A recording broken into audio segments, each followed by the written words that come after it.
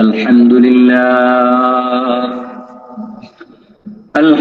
لله نحمده ونستعينه ونستغفره ونؤمن به ونتوكل عليه ونعوذ بالله من شرور أنفسنا ومن سيئات أعمالنا من يهده الله فلا مضل له ومن يضلله فلا هادي له ونشهد أن لا إله إلا الله وحده لا شريك له ونشهد أن سيدنا ومولانا محمدا عبده ورسوله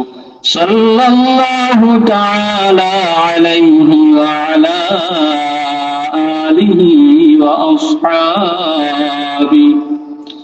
وبارك وسلم تسليما كثيرا أما بعد فأعوذ بالله من الشيطان الرجيم بسم الله الرحمن الرحيم وأن هذا صراطي مستقيما فاتبعوه ولا تتبعوا السبل فتفرق بكم عن سبيله صلى الله على سيدنا ومولانا محمد وعلى آله وأصحابه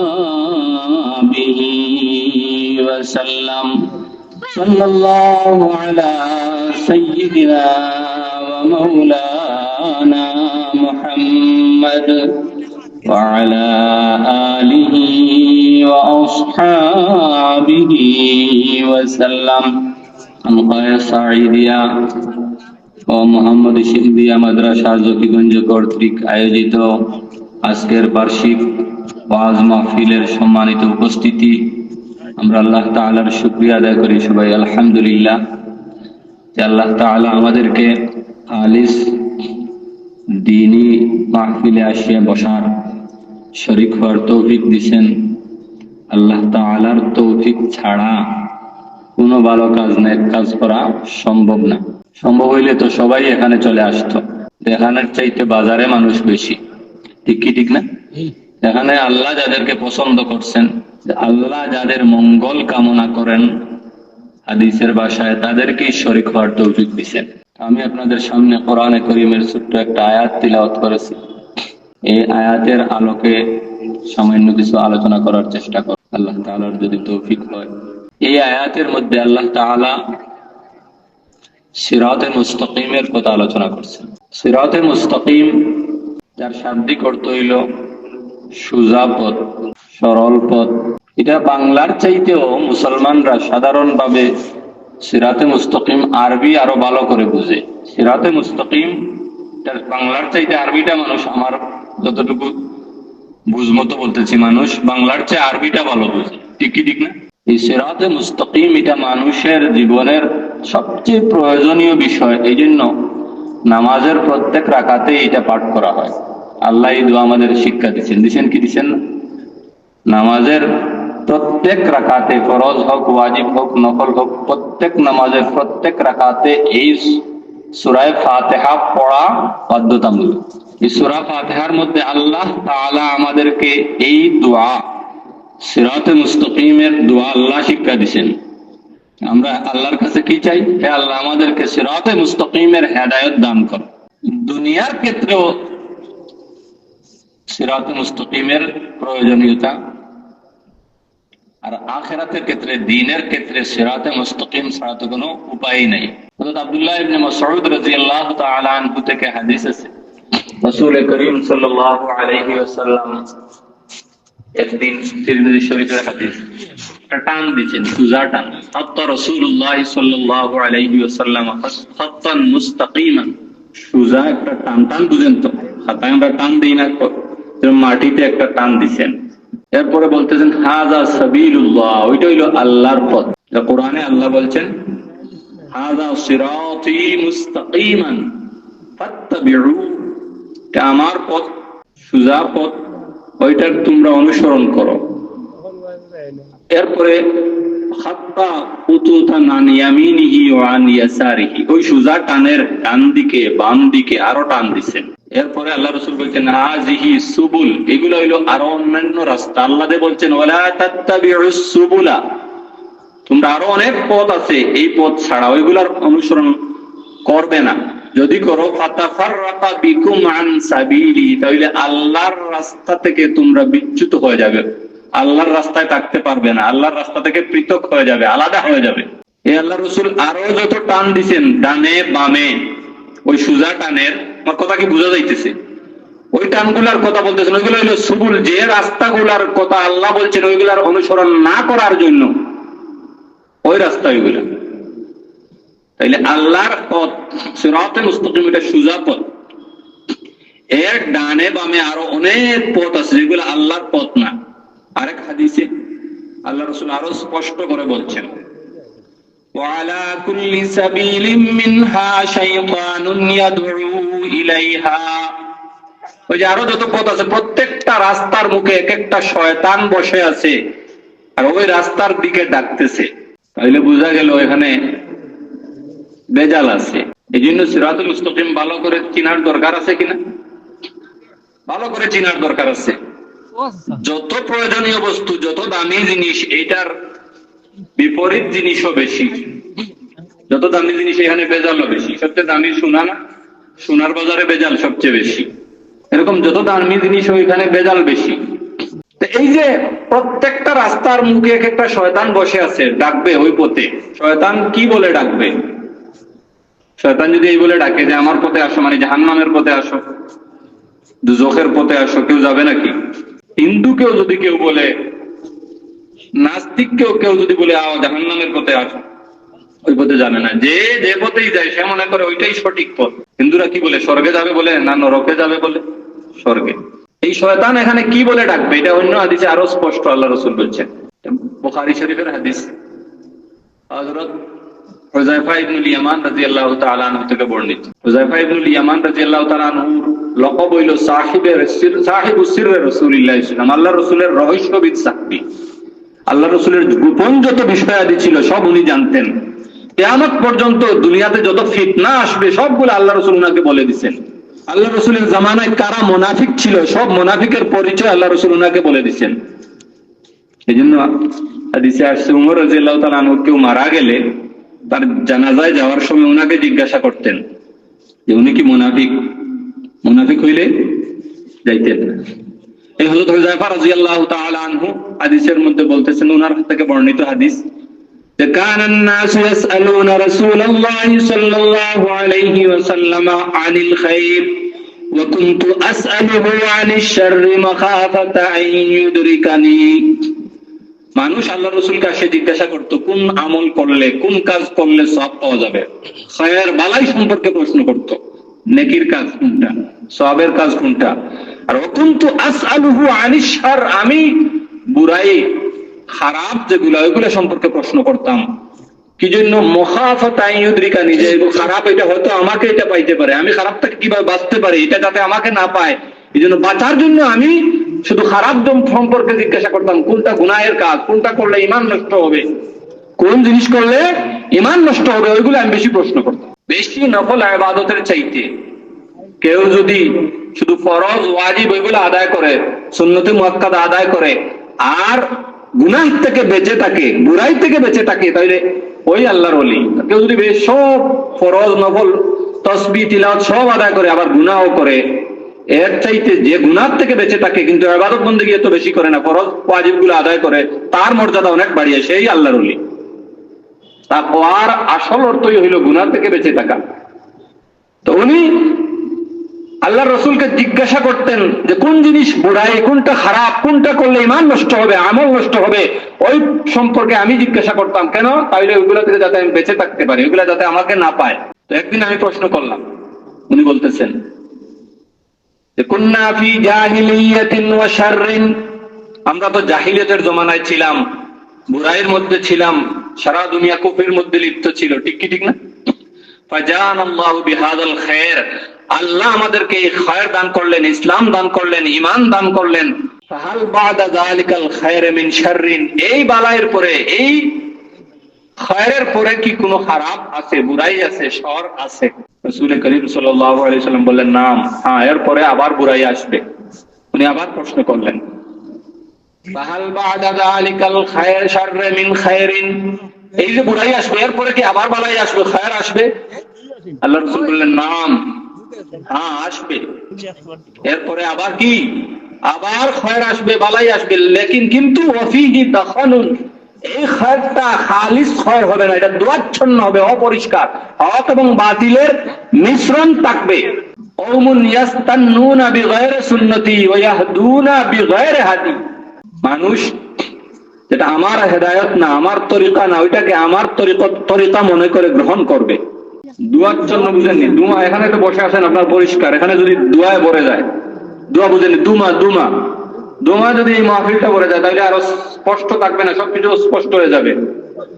আল্লাহ রসুল বলছেন পরে যে বালাই আসবে, এই বালাইটা আল্লাহ রসুলের জমানার মতো এরকম খালিস বালাই থাকবে না, বালা বুরা দুইটার মিশ্রণ থাকবে। হযরত হুযায়ফা রাদিয়াল্লাহু তাআলা আনহু আবার প্রশ্ন করছেন, ফাহাল বা'দা যালিকাল খায়র মিন শাররিন, এই যে বালাই এরপরে কি আর কোন বুরাই, খায়র শর আছে, এরপরে কি আবার বুরাই আসবে? এই শাররিন এখানে তানবির আছে, এটা বড় বোঝানোর জন্য, তাজিমের জন্য।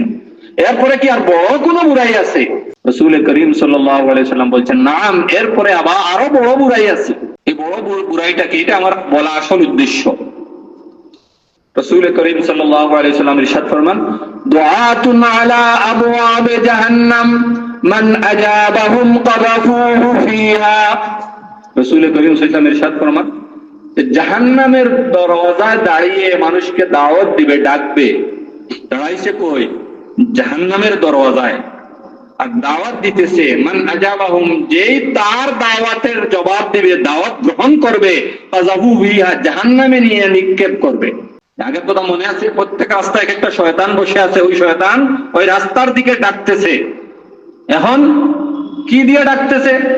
এখানে যে জাহান্নামের দরজায় দাঁড়াইয়া মানুষকে দাওয়াত দিতেছে, আসো, এটা কি বলবে? যে জাহান্নামের দরজায় দাঁড়িয়ে যদি বলে জাহান্নামের দিকে আসে, কোনো কাফেরও যাবে না।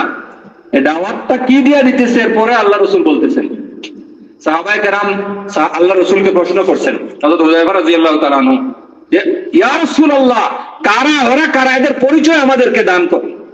সিফহুম লানা ইয়া রাসূলুল্লাহ, এদের পরিচয় দেন যারা জাহান্নামের দরজায় দাঁড়িয়ে আমাদেরকে দাওয়াত দেবে। রাসূল করিম সাল্লাল্লাহু আলাইহি সাল্লাম ইরশাদ ফরমান, হুম মিন জিলদাতিনা ওয়া ইয়াতাকাল্লামুনা বিআলসিনাতিনা।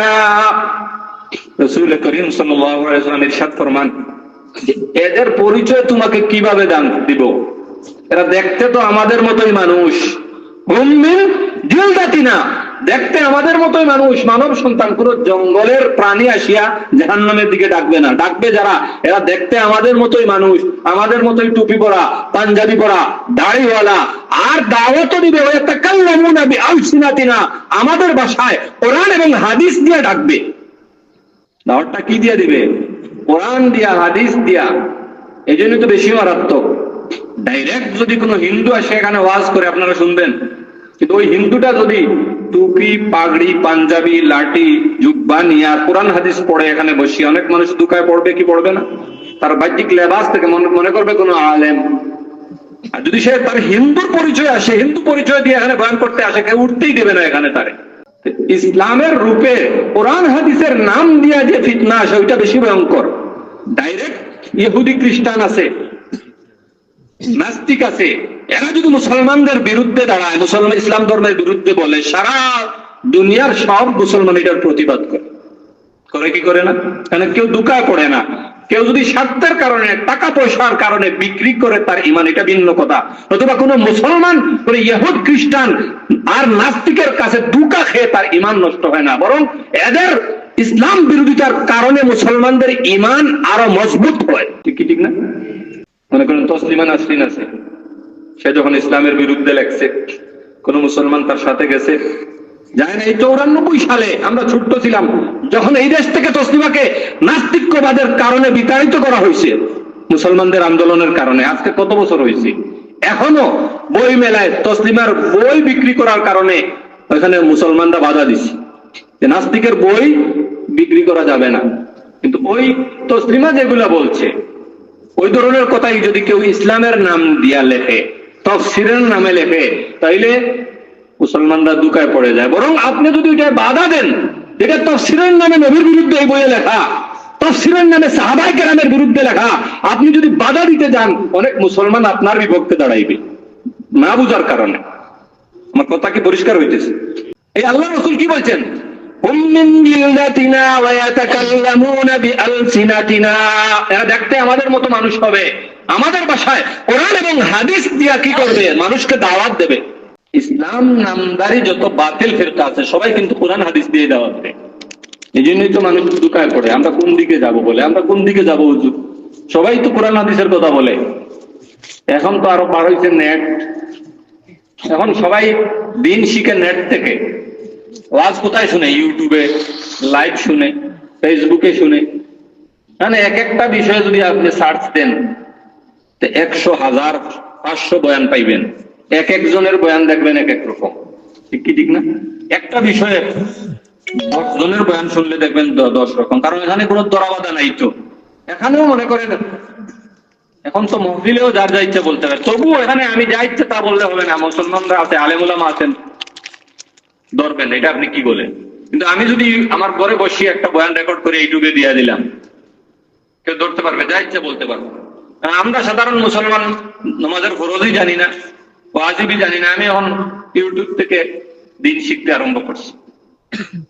এখন কেউ আছে যারটা ভালো লাগছে তারটাই গ্রহণ করছে, কেউ আছে 5-7 জনেরটা শোনার পরে মাথা নষ্ট হয়ে গেছে, এখন আর নাস্তিক হয়ে যায়। ওইরকম মানুষও নাস্তিক হয়, যে বলে কি এটা একটা ধর্ম হইলো, এক একজন এক এক কথা বলে, এটা একটা ডং।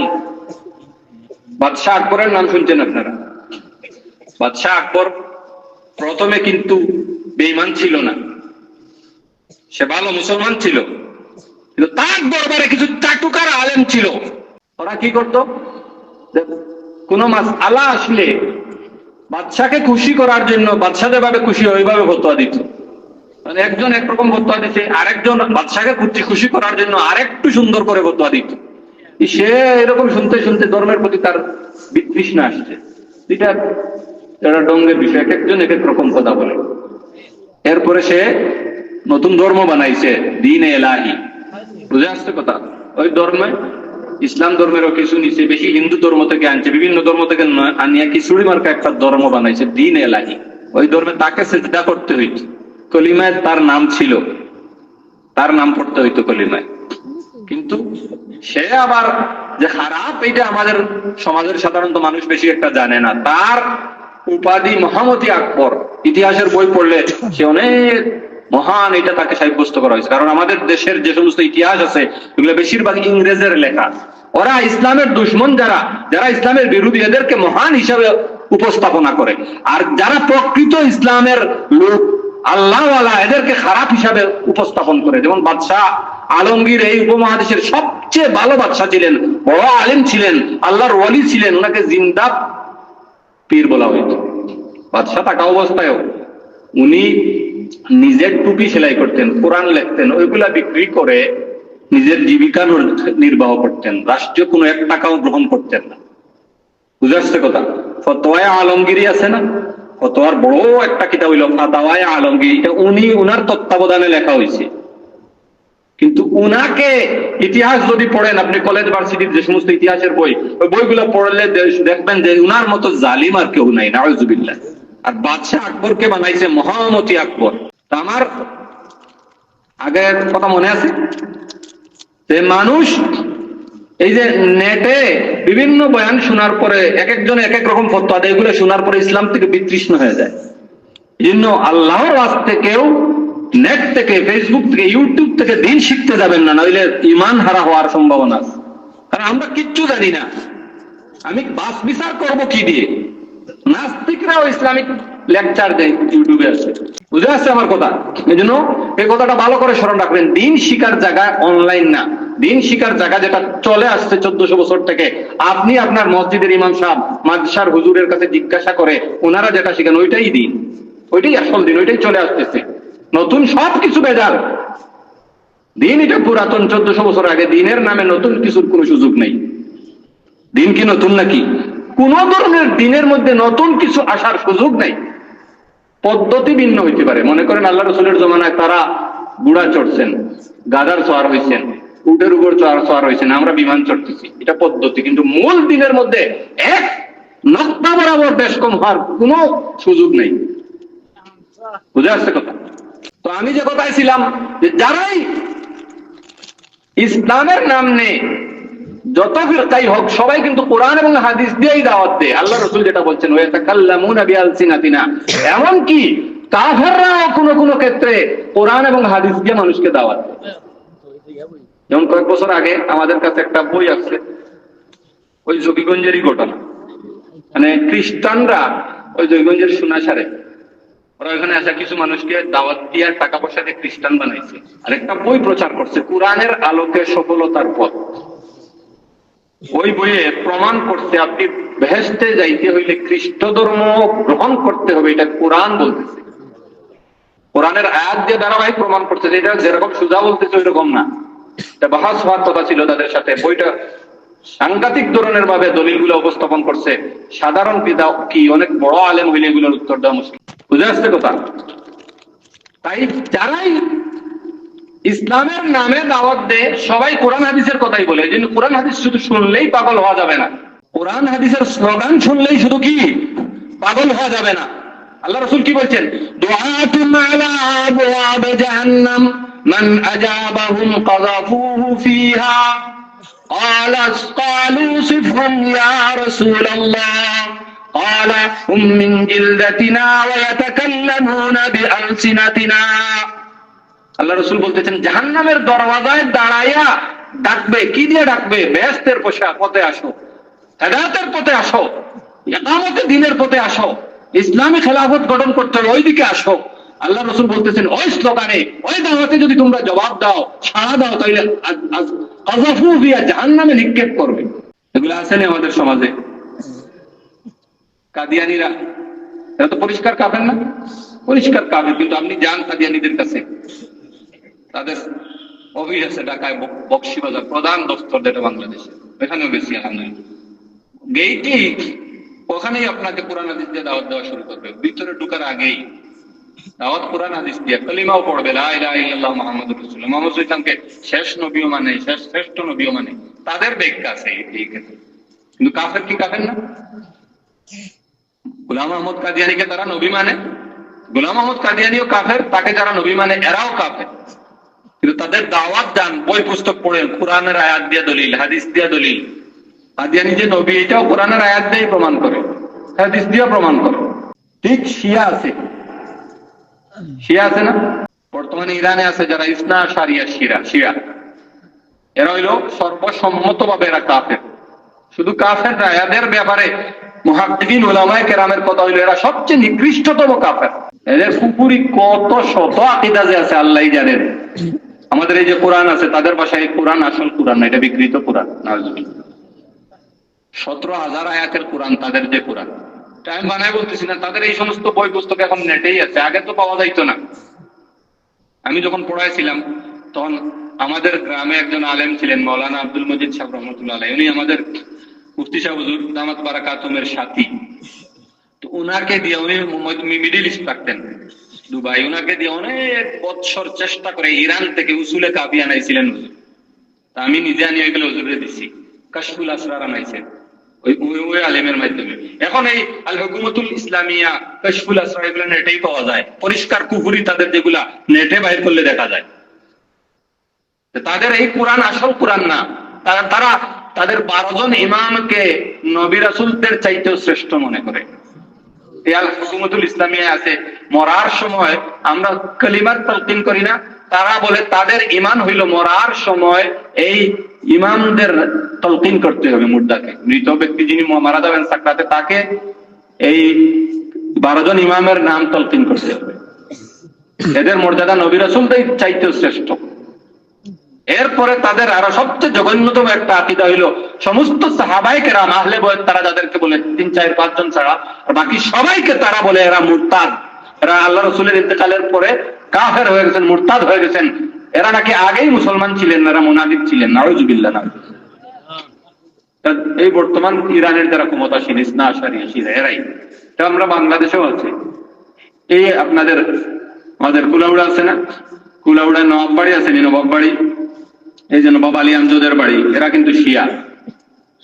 তাদের ওইখানে মুহররমের 10 তারিখ তাজিয়া মিছিল হয়, আমরা সরাসরি গিয়া নিজে দেখছি। ওইখানে দেখছি একটা জিনিস, জোহরের নামাজের সময় আমরা দেখছি তারা নামাজ পড়ে 3 বার আল্লাহু আকবার বলে, আল্লাহু আকবার, আল্লাহু আকবার, আতের। আমরা এটা নতুন দেখছি, আশ্চর্য লাগছে। মুফতি সাহেব হুজুরকে এসে জিজ্ঞাসা করলাম, হুজুর এই বিষয়ে। হুজুর বললেন যে তাদের কিতাবে লেখা আছে, তবররা তাদের বসায় যে তারা নামাজে যখন দাঁড়ায়, প্রথমে যখন হাত উঠায় বলে আবু বকর কাফের, দ্বিতীয়বার বলে ওমর কাফির, তৃতীয়বার বলে ওসমান কাফির, এরপরে হাত বাঁধে। বাস্তবে আমরা নিজের চোখে দেখে আসছি। এই জাত হইল শিয়া। কিন্তু ওইখানেও জোহরের পরে তারা বয়ান দিছে, লম্বা বয়ান, কোরআন এবং হাদিস দিয়েই বয়ান দিছে। বুঝে আসছে কথা? ঠিক আরো অনেক গ্রুপ আছে না, হিজবুত তাওহীদ আছে, এদের কাছে জানে তো পরিষ্কার কাফের, কিন্তু সব দলিল আদিল্লাহ কোরআন হাদিস দিয়ে দেয়। যারা নবীদেরকে দোষী সাব্যস্ত করে, এরা কোরআন হাদিস দিয়ে করে না, অন্য কিছু দিয়ে করে। নবীদেরকে যদি কেউ দোষী সাব্যস্ত করে, ঈমান থাকবে? নাস্তিকদের কাজ তো এটাই। নাস্তিকদের বিরুদ্ধে আমরা যে আন্দোলন করি, তাদের তো মূল টার্গেট ওই শুধু আল্লাহ রাসূলের উপর আপত্তি উঠায় বিভিন্ন ধরনের, কিন্তু তাদেরটা কোরআন এবং হাদিস দিয়ে না, সরাসরি আক্রমণ করে। এই জন্য আমরা সবাই জুতা হাতে নেই। আর কিছু আছে ইসলামের নামে কোরআন এবং হাদিস দিয়ে নবীকে দোষী সাব্যস্ত করে, তখন মুসলমান ধোঁকায় পড়ে যায়। এটা কোরআন হাদিস বাদ দিয়েও কেউ যদি সত্যিকারের ইসলামের মানুষ হয়, মুসলমান হয়, ইসলামের পক্ষের লোক হয়, সে নবীর দোষ খুঁজতে যাবে কেন? কারণটা একটা সহজ প্রশ্ন আপনাদের কাছে। কেউ যদি সত্যিকারের ইসলামের পক্ষের লোক হয়, সে কেন নবীর দোষ খুঁজতে যাবে? এক আলিম, আমার এলাকার এক মৌলানা ছিলেন, ইমাম সাহেব, উনি বলছেন উনার এলাকা, উনার বাড়ি কানাইঘাট, এক আলেম আছে, সে বলে কোরআন হাদিস নাকি নবীদের গুনাহে ভর্তি। এরা তো ইসলামের কথাই বলে না? ইসলামের পথে দাওয়াত দিতেছে, ইসলামী খেলাফতের কথা বলতেছে, ইসলামী আন্দোলনের কথা বলতেছে, বেহেশতের কথা বলতেছে, আর নবীর দোষ খুঁজে। অসংখ্য আয়াত আছে যেগুলা দিয়ে বাহ্যিক ভাবে নবীরকে দোষী সাব্যস্ত করতে চায়। যেমন যেটা আমরা সাধারণত জানি, সূরা নাসর, ইজা জা নাসরুল্লাহ, আস্তাগফিরু, আল্লাহ বলেন মুসাব্বিহু বিহামদি রাব্বিকা ওয়াস্তাগফিরু, নবীকে বলছেন আপনি সুবহানাল্লাহ আলহামদুলিল্লাহ মিলায়ে পড়েন আর আল্লাহর কাছে মাফ চান, ক্ষমা প্রার্থনা করেন, ইস্তেগফার করেন। এই সুযোগ পাইছে নবীকে, যেহেতু আল্লাহ বলছেন মাফ চাওয়ার জন্য, নিশ্চয় নবীর দোষ হয়েছে। আর দোষটাও সাধারণ দোষ না, নবুয়তের দায়িত্বে ভুল ত্রুটি হয়েছে, অসম্পূর্ণতা, দুর্বলতা রয়েছে, এই জন্য মাফ চাইছে। আমি একটা কথা ভালো করে বুঝবেন, সাধারণভাবে আমাদের সমাজে একটা কথা প্রচলিত আছে যে নবীদের নিষ্পাপ না মানলে মানুষ কাফির হয় না। এটা এরকম না কথাটা। নবীদের নিষ্পাপত্বের বিভিন্ন শাখা প্রশাখা আছে। নবীরা কুফর শিরিক থেকে মাসুম, নিষ্পাপ। নবুয়তের দায়িত্ব পালনে নবীদের কোন ধরনের ত্রুটি হইতে পারে না, এই থেকে নবীরা নিষ্পাপ। নবীদের থেকে কবিরা গুনাহ হইতে পারে না, নবীরা নিষ্পাপ। আর নবীদের থেকে সগীরা গুনাহ হইতে পারে কিনা, মুহাক্কিকিন উলামায়ে কেরাম যারা নির্ভরযোগ্য, এরা সবার কথা হইল নবীদের থেকে সগীরা গুনাহ হওয়া অসম্ভব। কিন্তু কোন কোন আলেম এখানে ইখতিলাফ করছেন যে হয়তো নবীদের থেকে কোন কোন সময় সগীরা হওয়াটা সম্ভব আছে, হয়েছে এটা বলেন না, হওয়া সম্ভব আছে। এই ক্ষেত্রে যদি কেউ বলে যে নবীদের থেকে গুনাহ হইতে পারে মানে কি সগীরা হইতে পারে, তাহলে তাকে কাফের বলা যাবে না, কিন্তু সেও গুমরাহ। কিন্তু কেউ যদি বলে নবীর নবুয়তের দায়িত্বে ভুল ত্রুটি হয়েছে, এই ক্ষেত্রে বলা যাবে না যে ইসমতে আমরা না মানলে কাফির হয় না, এই ক্ষেত্রে কাফির হয়ে যাবে। এর উপরে যান, কেউ যদি বলে নবী থেকে কুফরি হয়েছে, এটাও তো ইসমতে আমরা মানছে না, সে কি মুসলমান নাকি? আমার কথা কি পরিষ্কার হইতেছে? কেউ যদি বলেন নবীরা গুনাহ মাসুম না, নিষ্পাপ না, মানে কি নবীদের থেকে কুফরি হয়েছে, ঈমান থাকবে? ঠিক তেমনি ভাবে কেউ যদি বলে নবীরা নিষ্পাপ নয়, অর্থ হইল নবীর নবুয়তের দায়িত্বে ভুল ত্রুটি হয়েছে, অসম্পূর্ণতার দুর্বলতা রয়েছে, এই জন্য নবী আল্লাহর কাছে মাফ চাইতে হবে, এই কথা যদি কেউ বিশ্বাস করে বেঈমান হয়ে যাবে, কাফের হয়ে যাবে। আল্লামা আনোয়ার শাহ কাশ্মীর রহমতুল্লাহ আলাইহি, ওনার কিতাব আছে ইকফারুল মুলহিদিন। কাশ্মীর রহমতুল্লাহ আলাইহির নাম শুনছেন নি আপনারা? এই উলামায়ে দেওবন্দের সবচেয়ে বড় মুহাদ্দিস। উনার পরে এত বড় মুহাদ্দিস আর দুনিয়াতে জন্মই নেন নাই। উনার আগে তালাশ করলেও হাতে গোনা। উনি একবার কোনো কিছু পড়লে, একবার পড়লে কমপক্ষে 40 বছর মনে থাকত। বুঝা যাচ্ছে কথা? কত বড় আলেম। আর মুখস্থ শক্তি শুধু না, মুখস্থ শক্তির চাইতেও জাকাওয়াত যেটা, ওনার বুঝ শক্তি আরো 1000 গুণ বাড়িয়া ছিল। ওনার এক এক তাহকিক পড়লে মাথা মানে ঘুরে যায়। ওনার মুখস্থ শক্তি, ইলমের ঘটনা বললে লম্বা হয়ে যাবে, ওইদিকে আমি যাইতেছি না, একটা বলি শুধু। দারুল দেওবন্দের মুহতামিম কারি তাইয়িব রহমতুল্লাহ আলাইহি উনি বলতেন, এই দারুল দেওবন্দের যে লাইব্রেরি আছে, লাইব্রেরিটা অনেক বড় লাইব্রেরি। আমাদের এই দিকের মনে করেন বড় যে সমস্ত মাদ্রাসা আছে, আমার গাম মাদ্রাসা আছে, প্রায় ওই রকম বড় লাইব্রেরি, কিতাব ভর্তি সারা। তো বলতেন এই লাইব্রেরির সব কিতাব যদি জ্বলে যায় তাহলে এগুলা মুখস্থ থেকে লিখে দিতে পারবেন আনোয়ার শাহ কাশ্মীরি। বুঝা যাচ্ছে তো? উনি ওনার কিতাবের মধ্যে লিখছেন, লাউ ক্বালা লাম ইউসামু হালান নুবুওয়াতি আও ক্বাবলাহা কাফার। কেউ যদি বলে নবী নবুয়তের আগে বা পরে নিষ্পাপ নন, নবী কিনা নিষ্পাপ নন নবুয়তের আগে বা পরে, তাহলে ওই ব্যক্তি কাফার, কাফির হয়ে যাবে। বুঝা আসছে কথা? তাহলে আগের কথা মনে আসছে যে যারা নবীদেরকে দোষী বলে এরা কোরআন হাদিস দিয়ে দাওয়াত দেয়। এরকম আরো অনেক আয়াত আছে যারা এইরকম সুযোগ খুঁজে আস্তাগফিরুল্লাহ, আল্লাহ বলছেন মাফ চাও, সুতরাং নবীর গুনাহ হয়ে গেছে, গুনাহটা সাধারণ না, নবুয়তের দায়িত্বে ভুল ত্রুটি হয়েছে, নাউযুবিল্লাহি মিন যালিক। ইস্তেগফার শুধু কি গুনাহের জন্য হয়? ইস্তেগফার তো একটা ইবাদত। সব সময় ইবাদত আমরা করি কিনা? নামাজের পরে সালাম ফিরানোর পরে প্রথমে ইমাম সাহেব কি পড়ে? আস্তাগফিরুল্লাহ। সব মুসল্লিরাই পড়ে। নামাজ পড়া এটা কি গুনাহের কাজ নাকি? ইস্তেগফার কেন পড়া হয়? আল্লাহ রাসূল বলতেছেন, আমি প্রতিদিন 100 বার ইস্তেগফার করি। 70 বার কোন রায়াতে আছে, কোন রায়াতে আছে আমি উঠতে বসতে সব সময় ইস্তেগফার করি আল্লাহর কাছে। এত গুনাহ নাকি আল্লাহ রাসূলের? এত গুনাহ উঠতে বসতে যদি নবীর গুনাহ হয় তাহলে নবীকে কিভাবে অনুসরণ করবেন? অথচ নবীর অনুসরণ তো সর্বক্ষেত্রে, ওইটার নামই তো দিন।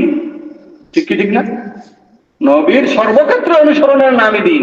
কোরআনে কারীম এর বাস্তব উদাহরণ, বাস্তব জিন্দা কোরআন হইলেন আল্লাহর রাসূল। আয়েশা সিদ্দিকা রাদিয়াল্লাহু তাআলা আনহা কি বলছেন? ওনাকে সাহাবায়ে কেরাম জিজ্ঞাসা করেছেন আল্লাহর রাসূলের আমল কেমন ছিল, বুখারী শরীফের। উনি বলছেন, আমার তাকরাউল কোরআন, তোমরা কি কোরআন পড়ো না? না। কান্না হুয়াল কোরআন, উনি কোরআন, আল্লাহর রাসূল উনি কোরআন। একটা হলো লেখা কোরআন, আর এর বাস্তব জীবন্ত কোরআন হইলেন আল্লাহর রাসূল। কোরআনের প্রত্যেকটা আমল আল্লাহর রাসূলের জিন্দেগি এর উদাহরণ। ঠিক কি ঠিক না? একেবারে সহজ একটা কথা বলি, আমরা যারা মুসলমান আছে আমরা জানি হাদিস, কোরআন আর হাদিস এটাই তো মুসলমানের মূল দলিল। ইজমা কিয়াস, মূল দলিল তো এই দুইটা, ইজমা এবং কিয়াস, চারটা হইলো দলিল। এই হাদিস বলতে আমরা কি জানি? আল্লাহ রাসূল যে কথা বলছেন, আল্লাহ রাসূল যে কাজগুলা করছেন ওইগুলা হাদিস না? যে কথা আল্লাহ রাসূল বলছেন ওইটাই হাদিস, যে কাজ আল্লাহ রাসূল করছেন ওইটাই হাদিস। শুধু এতটুকু না, আল্লাহ রাসূলের সামনে কোন সাহাবী কোন কাজ করছেন আর আল্লাহ রাসূল বাধা দেন নাই, কোন কাজ যেটা আল্লাহ রাসূল বাধা দেন নাই, এটাও হাদিস। ঠিক কি ঠিক না? তাহলে আল্লাহ রাসূলের কথা, কাজ, এমনকি আল্লাহ রাসূল যে কাজের উপর সন্তুষ্ট ওইটাও হাদিস। এটা কেন হয়েছে? কারণ হইল আল্লাহ রাসূল মাসুম, আল্লাহ রাসূল থেকে ভুল ত্রুটি গুনাহ হওয়ার কোনো সুযোগ নাই, আল্লাহ হেফাজত করেন নবীকে। এজন্য আল্লাহ রাসূলের সবকিছু হাদিস। আমর ইবনুল আস, আব্দুল্লাহ ইবনে আমর ইবনুল আস রাদিয়াল্লাহু তাআলা আনহু, উনি আল্লাহ রাসূল যা কিছু বলতেন সব কিছু লিখতেন। ওনাকে মক্কার লিডাররা একদিন বলল যে তুমি সব কিছু লেখো, তুমি কি জানো না মুহাম্মদ মানুষ? আমা তাআলাম আন্নাহু বাশার ইয়াতাকাল্লামু ফি হালাতির রিজা ওয়াল গযব। উনি তো সন্তুষ্টির অবস্থায় বলেন, আবার রাগের অবস্থায় কথা বলেন, খুশিতে দঙ্গের সময় আমরা অনেক সময় অবাস্তব কথা বলি না? ডং করে, আমাদের তো ডং করে মিথ্যা বলা না যায় গুনাহের কাছে, আমরা তো ডঙ্গের সময় প্রায় এগুলো খেয়াল রাখি না। তারা এটাই বলছে আবার গুস্তার সময়, রাগের সময় আমরা অনেক অবাস্তব কথা বলি, বলি কি বলি না? রাগ উঠছে, বাবা ছেলেকে বলতেছে বাড়িতে আসতে তোরে আজকে জবাই করবো। বাড়িতে গেলে কি জবাই করে নাকি? আল্লাহ রাসূল তো মানুষ, ওনারও তো সন্তুষ্টির অবস্থায়, রাগের অবস্থায় বিভিন্ন কথা বলেন। তাহলে সবকিছু কেন লেখো? উনি বলছেন আমি লেখা বাদ দিয়ে আল্লাহ রাসূলকে জিজ্ঞাসা করছি, ইয়া রাসূলুল্লাহ আপনি যা বলেন সবকিছু কি লিখবো? লা ইয়াখরুজু মিন যালিকা ইল্লা হাক্কুন। আমার এই জিহ্বা দিয়ে, জবান দিয়ে যা বাহির হয় হক বাহির হয়, সব লিখবে। কারণটা কি? আল্লাহ হেফাজত করেন নবী থেকে, ভুল ত্রুটি হইতে, গুনাহ হইতে আল্লাহ দেন না। কোরআনে কারিমে আল্লাহ কি বলছেন? ওয়ামা ইয়ানতিকু আনিল হাওয়া ইন হুয়া ইল্লা ওয়াহয়ুন ইউহা। নবীর নিজের ইচ্ছায় কোনো কথাই বলেন না, আল্লাহ যা ওহী দেন তাই নবী বলেন। আল্লাহ যা ওহী দেন তা যদি নবী বলেন, আর এরপরে যদি নবীর ভুল হয়, তাহলে এটা ভুল তো আল্লাহর হবে। নবীর নির্বাচন তো আল্লাহ করছেন, নবীদের নির্বাচন কে করছেন? আল্লাহ করছেন। আল্লাহ যা ওহী দেন তা যদি নবী বলেন, এরপরে যদি ভুল হয়, তাহলে ভুলটা কি শুধু নবীর হবে না আল্লাহর হবে? বুঝা আসছে কথা? এই জন্য সারা উম্মত এই কথা জানে যে নবীর কিছু খুসুসিয়ত আছে, খাস বিষয় আছে যেগুলো নবীর সাথে খাস, এছাড়া আর বাকি নবীর পুরা জিন্দেগি সব কিছু অনুসরণীয়। একেবারে ছোট্ট থেকে ছোট্ট বস্তু, পেশাব পায়খানার মধ্যেও নবীর অনুসরণ করলে কি আছে? সওয়াব আছে, ওইটাও দিন। ঠিক কি ঠিক না? নবী যেভাবে পেশাব পায়খানা করছেন ওইভাবে পেশাব পায়খানা করলে কি সওয়াব হয় না? সওয়াব হয়। নবীর যদি ভুল ত্রুটি হওয়ার সম্ভাবনা থাকে, তাইলে চোখ বুঝে কি নবীকে অনুসরণ করা যাবে? আল্লাহ তো কোরআনে বললেন আতিউল্লাহ ওয়া আতিউর রাসূল, আল্লাহর ইতাআত করো, রাসূলের ইতাআত করো। আল্লাহর ইতাআত করা সম্ভব আছে, রাসূলের ইতাআত ওইটাই আল্লাহর ইতাআত। ওমান ইউতির রাসূলা ফাকাদ আতা আল্লাহ। যে রাসূলের ইতাআত করলো, অনুসরণ করলো, সেই আল্লাহর অনুসরণ করলো। এখন রাসূলের জীবনে যদি গুনাহ থাকে, ভুলও থাকে, শুদ্ধ থাকে, সওয়াবের কাজও থাকে, গুনাহের কাজও থাকে, তাইলে তো বাছাই করতে হবে। ঠিক কি ঠিক না? যেটা গুনাহের কাজ ওইটা বাদ দিতে হবে, যেটা সওয়াবের কাজ ওইটা অনুসরণ করতে হবে। ঠিক কি ঠিক না? কিভাবে বাছাই করবেন? কোন পণ্ডিতকে আনতে হবে এখানে বাছাই করার জন্য? যে পণ্ডিত নবীদের গুনাহগার বলে তার কাছে তো যাইতে হবে, নবীর গুনাহ কোনটা ওইটা আলাদা করে। গুনাহে তো অনুসরণ করা যাবে না। আল্লাহ তো মুতলাকান বললেন নবীর অনুসরণের জন্য। সাহাবায়ে কেরামও আল্লাহর রাসূলকে যখন যেভাবে যা দেখছেন ওইভাবে অনুসরণ করছেন। বুঝা যাচ্ছে কথা? এই জন্য নবীদেরকে মাসুম নিষ্পাপ না মানলে আল্লাহ দোষী হন, নবীর নবুয়ত প্রশ্নবিদ্ধ হয়ে যায়। কোরআন, হাদিস, দ্বীন, শরীয়ত কোনো কিছু সন্দেহ মুক্ত থাকে না। কারণ নবীর মধ্যে যদি শয়তান আসার সুযোগ থাকে, গুনাহ হওয়ার সুযোগ থাকে, ভুল ত্রুটি হওয়ার সুযোগ থাকে, তাহলে আল্লাহর পক্ষ থেকে নবীর কাছে যে ওহী আসছে ওই ওহীর মধ্যে সন্দেহ দেখা দিবে, কারণ ওইখানেও শয়তান মিশিয়ে দিতে পারে। এই জন্য ইসলামের পক্ষের কোন লোক, কোন মুসলমান কখনো নবীর দিকে আঙ্গুল তুলতে পারে না, নবীর দোষ খুঁজতে পারে না। যে নবীর দোষ খুঁজে বলে দিবেন ও আসলে মুসলমান না, ও ইহুদির কোন চোর, মুসলমান সাজিয়া মুসলমানের ঈমান নষ্ট করার জন্য মুসলমান সমাজে চলাফেরা করতেছে। আগের কথা মনে আছে যে এই যারা জাহান্নামের দরওয়াজায় দাঁড়াইয়া জাহান্নামের পথে ডাকবে, ডাকবে কি দিয়ে? আল্লাহ রাসূল বলেছেন ইয়াতাকাল্লামুনা বিআলসিনাতিনা, কোরআন এবং হাদিস দিয়েই ডাকবে। এটা বেশি মারাত্মক। ডাইরেক্ট কোন কাফের, খ্রিস্টান, নাস্তিক মানুষকে তার পথে ডাকলে কোন মুসলমান এটা গ্রহণ করবে না। কিন্তু যদি কোরআন এবং হাদিস দিয়া লেবেল লাগাইয়া আসে, তখন মুসলমান দুঃখায় পড়ে যাবে। আল্লাহর রাসূল সাল্লাল্লাহু আলাইহি ওয়াসাল্লাম কোরআনের এই আয়াত বুঝাইতে গিয়ে এই হাদিসটা সাহাবায়ে কেরামকে বর্ণনা করতেন যে সিরাতে মুস্তাকিম, সোজা টান, ওইটাই হলো আল্লাহর পথ। আর এর পাশ দিয়ে ডানে বামে আরো কয়েকটা টান দিয়ে বললেন ওইগুলা আরো ভিন্ন ভিন্ন পথ, প্রত্যেকটা পথে এক একটা শয়তান বসে আছে। এখন ওয়ালা তাত্তাবিউস সুবুলা, এই সমস্ত রাস্তার অনুসরণ তোমরা করো না, করলে ফাতাফাররাকা বিকুম আন সাবিলি, আল্লাহর পথ থেকে তোমরা বিচ্যুত হয়ে যাবে, বিপথগামী হয়ে যাবে। এখন ওই সিরাতে মুস্তাকিম যে টানটা দিয়েছেন ওইটা ভালো করে চেনার দরকার আছে নি? ওইটার সংক্ষিপ্ত পরিচয় আল্লাহ কোরআনে কারীমের এই সূরা ফাতিহায় দিয়ে দিয়েছেন। اهدنا الصراط المستقيم صراط الذين أنعمت عليهم। সিরাতে মুস্তাকিমের পরিচয় কি দিয়ে দিয়েছেন? সিরাতাল লাযিনা আনআমতা আলাইহিম। সিরাতে মুস্তাকিম হইল ওই সমস্ত মানুষের পথ যাদেরকে আল্লাহ পুরস্কৃত করছেন, যারা আল্লাহর পুরস্কার প্রাপ্ত বান্দা, যাদেরকে আল্লাহ কি দিছেন, এনাম দিছেন, পুরস্কার দান করছেন, ওই সমস্ত মানুষের পথ হইল সিরাতে মুস্তাকিম, গায়রিল মাগযুবি আলাইহিম ওয়ালাদ-দাল্লিন। আর যাদের উপর আল্লাহ অসন্তুষ্ট, রাগান্বিত, এদের পথ সিরাতে মুস্তাকিম না। আর ওয়ালাদ-দাল্লিন, যারা পথভ্রষ্ট, গুমরাহ, এদের পথ সিরাতে মুস্তাকিম না। তাইলে দুইটার পরিচয় আল্লাহ রাসূল বলছেন। প্রথমে সিরাতে মুস্তাকিমের পরিচয় দিবেন, আর এর উল্টাটাও, যারা গুমরাহ তাদের কথাও বলছেন আল্লাহ কোরআনে। শুধু শুধু সঠিক পথের কথা বলেন নাই, বিপরীত যেটা এটার বর্ণনাও দিচ্ছেন।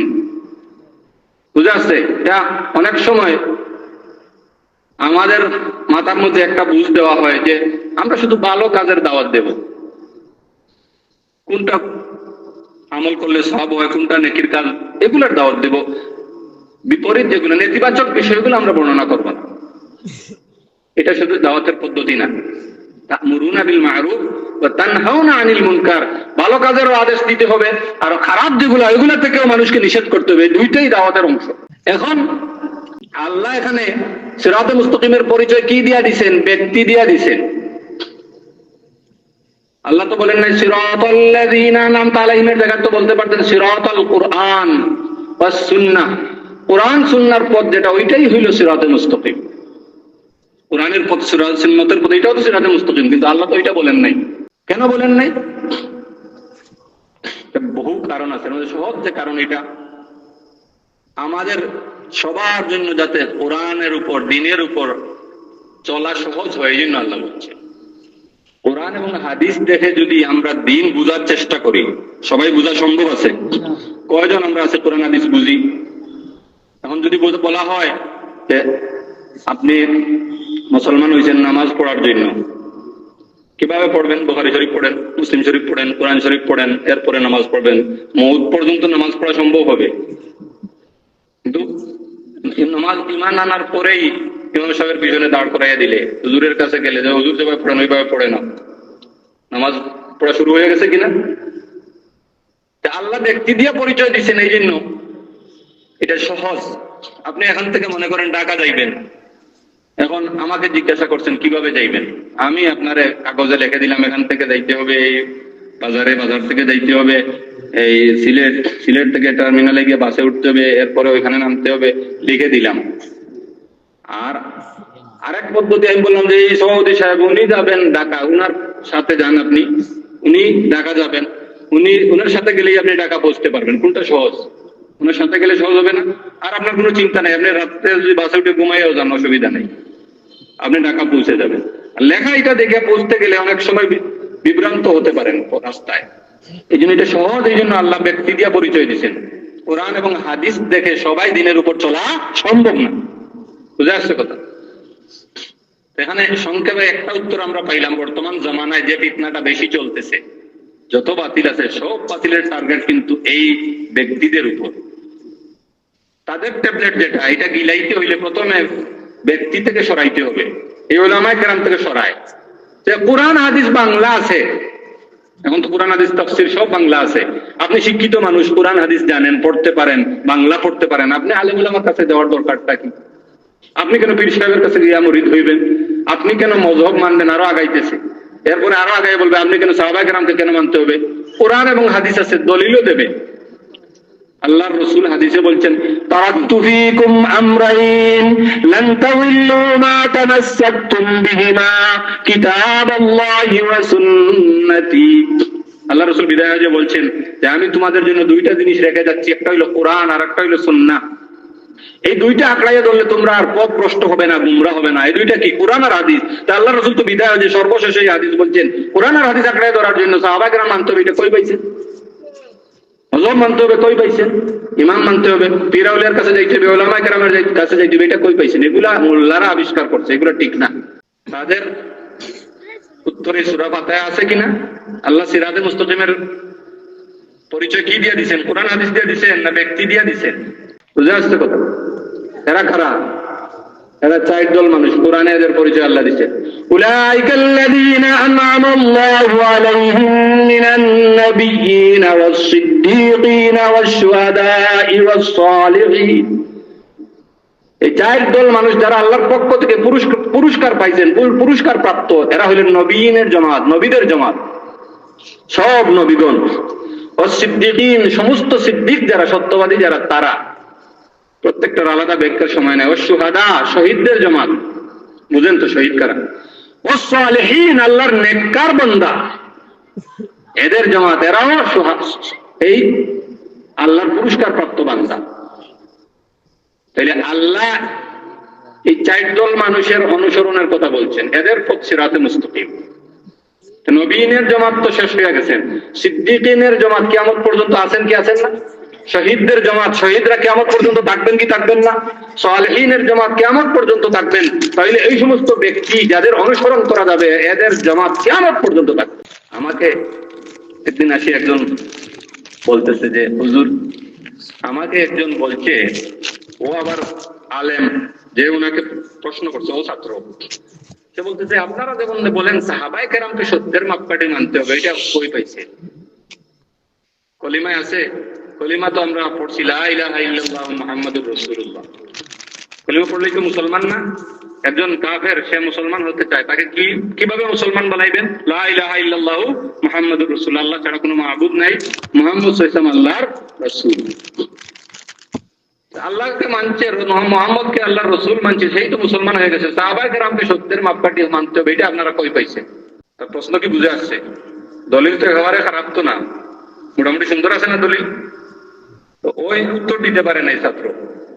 তো সে আমার আসে যখন বলছে, আমি তারে বললাম, প্রথমে তার আপত্তি ওইটা তসলিম করে মানিয়া তারে জবাব দিলাম, যেটাকে বলা হয় ইলজামি জবাব, তার কথা দিয়ে তারে জবাব। তাইলে তো বোঝা গেল যে কোরআনে কারীম মানে না, তাকেও কাফের বলা যাবে না। আমি যদি বলি আমি কোরআন মানি না, কি মুসলমান বলা যাবে? সে বলে না। বলে কেন বলা যাবে না? কলিমায় কি কোরআন মানার কথা আছে নাকি? কলিমার মধ্যে কোরআন মানার কথা আছে, নামাজের কথা কলিমায় আছে, রোজার কথা আছে, হজের কথা আছে। তাইলে কি গেলেন আমার লাগে মুসলমান হবে? কেউ যদি বলে আমি কোরআন মানি না, মুসলমান, তার কথা আর কাজে তো দলিলে তো মিলতেছে না। এরপরে তারে বুঝাইবার জন্য আমি বললাম যে কলিমার মধ্যে সবকিছুই আছে। লা ইলাহা ইল্লাল্লাহু মুহাম্মাদুর রাসূলুল্লাহর মধ্যে সবকিছু আছে।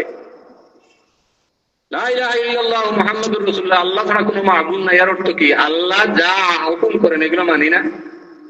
এই কোরআন এটা আল্লাহর হুকুম না সবগুলা? কোরআনে যেগুলো আছে এগুলো সবগুলা মানলে তো আল্লাহ মানা হইলো। একজন বললো আল্লাহ ছাড়া কোনো মাবুদ নাই, কিন্তু আল্লাহ কোরআনে যেগুলো আদেশ দিচ্ছেন এগুলো আমি মানি না, মুসলমান হবে? আল্লাহ মানি মানে আল্লাহর সব বিধিবিধান মানি। মুহাম্মাদুর রাসূলুল্লাহ, ঠিক মুহাম্মদকে রাসূল মানি, এর অর্থ মুহাম্মদ সাল্লাল্লাহু আলাইহি ওয়াসাল্লাম যেগুলা নিয়ে আসছেন আল্লাহর পক্ষ থেকে সবগুলা মানি, এটার নামই ঈমান। ঠিক না?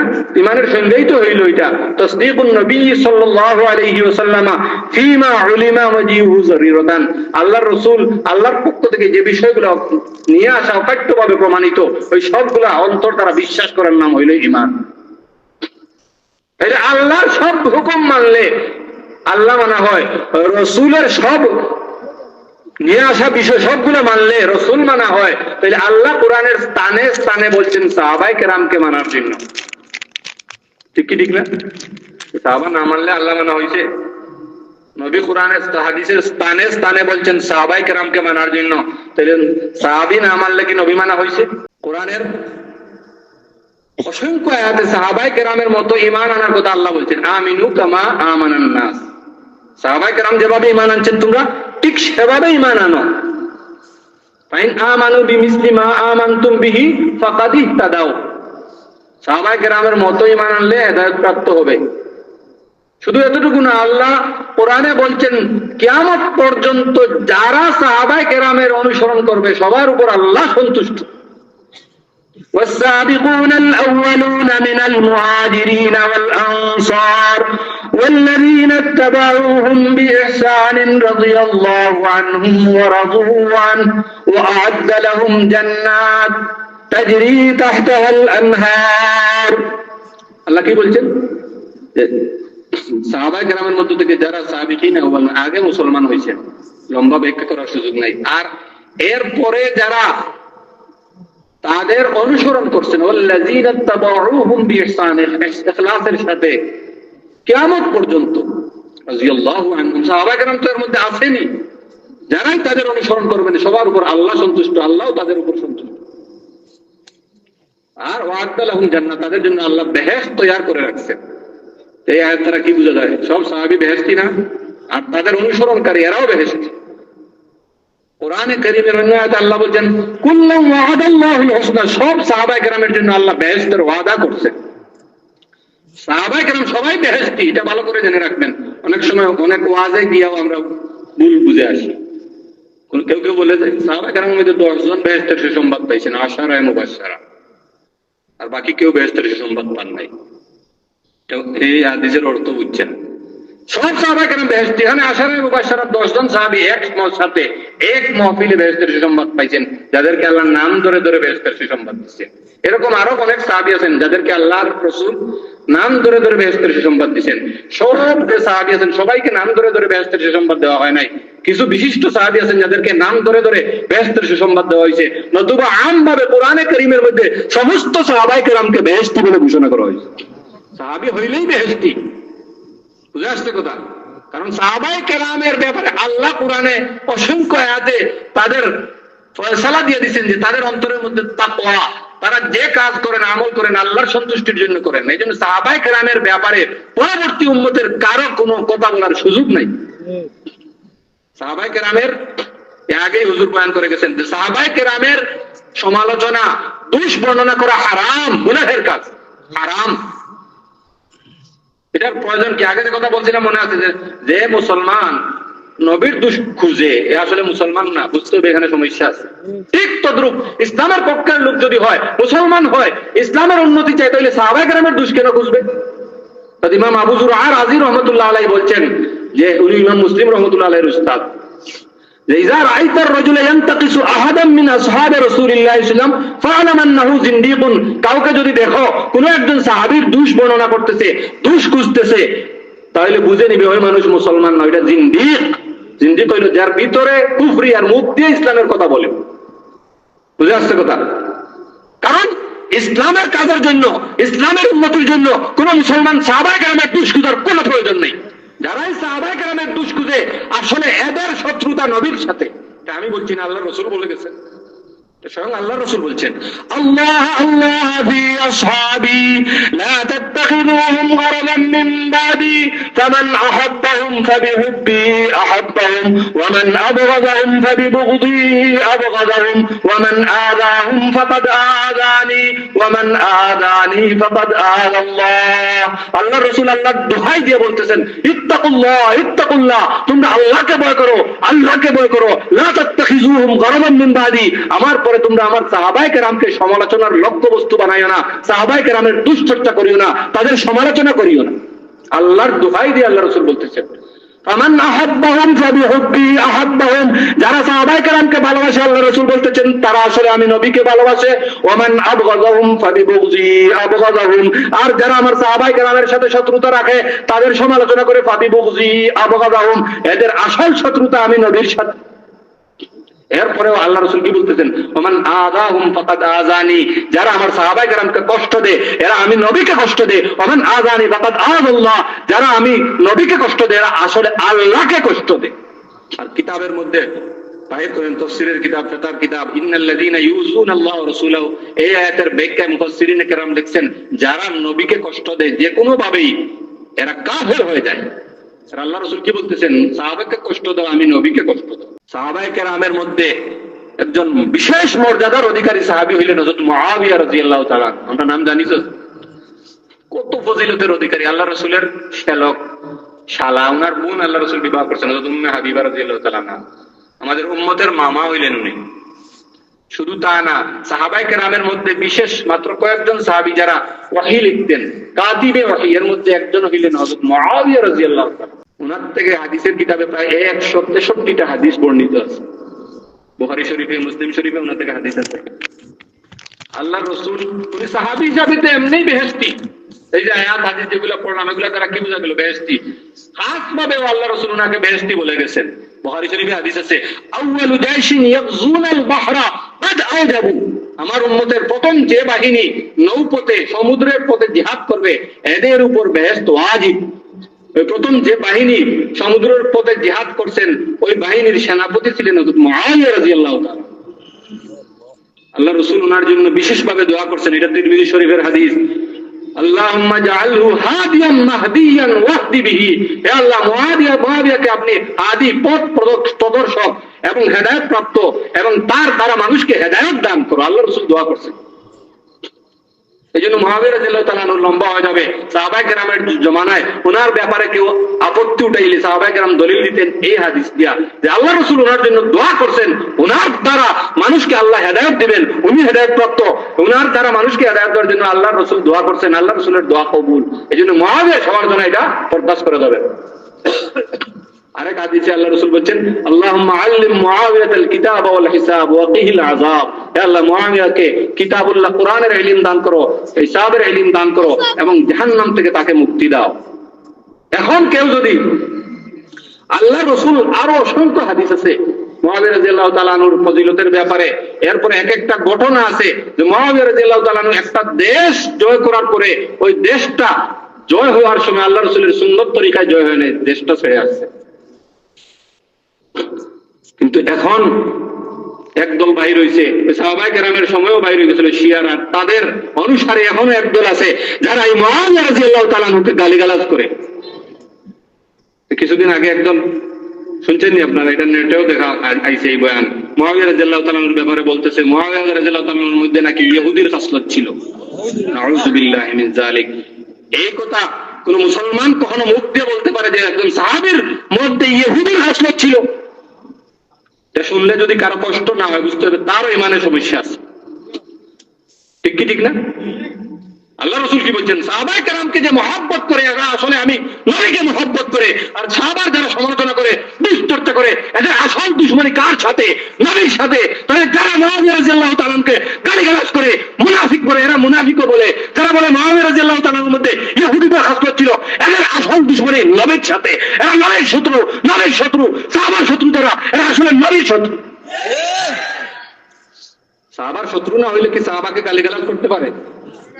এদের সাথে আলোচনা করে দেখেন আপনারা, ইসলামের স্লোগান দে, ইসলামী হুকুমতের স্লোগান দে, বেহেশতের পথে ডাকে, ইসলামী আন্দোলনের কথা বলে, ইসলামী খেলাফতের স্লোগান দে, আল্লাহ রাসূলের সাহাবী মুআবিয়া রাদিয়াল্লাহু তাআলা আনহুকে মুনাফিক বলে তার বিরুদ্ধে বই লেখে বিক্রি করে ওটা সিলেবাসের এক ঢুকাইয়া পড়ায় এবং ওয়াজের বিভিন্ন জায়গায় ওয়াজের মধ্যে মুআবিয়া রাদিয়াল্লাহু তাআলা আনহু বদনাম করে ওনাকে বলে কি ওনার মধ্যে ইহুদির খাসলত ছিল। কিন্তু তার অনুসারী কেউ এটার প্রতিবাদ করতে দেখলাম না, আফসোসের বিষয়। তাহলে মনে আছে, বুঝে নিতে হবে যে এই সাহাবার সমালোচনা করে বুঝে হবে ইসলাম না, কেন সমস্যা আছে। কারণ ইসলামের খেদমত করতে হইলে সাহাবীর সমালোচনা করার তো কথা না, বরং সাহাবায়ে কেরামকে যত বড় বানানো যাবে, যত মহান বানানো যাবে, ইসলামের পথে মানুষ আরো আসবে। ঠিক কি ঠিক না? আর সাহাবায়ে কেরাম এরা হইলেন কোরআন যাদের সামনে নাজিল হয়েছে, কোরআনের নাজিল হওয়ার সাক্ষী, নবীর নবুয়তের সাক্ষী, উম্মত এবং নবীর মাঝখানে পুল সেতু হইলেন সাহাবায়ে কেরাম। এদের মাধ্যমে উম্মত দ্বীন পাইছে। এদেরকে খারাপ বানাইলে দ্বীনের কোনো অস্তিত্ব থাকবে? বুঝে আসছে কথা?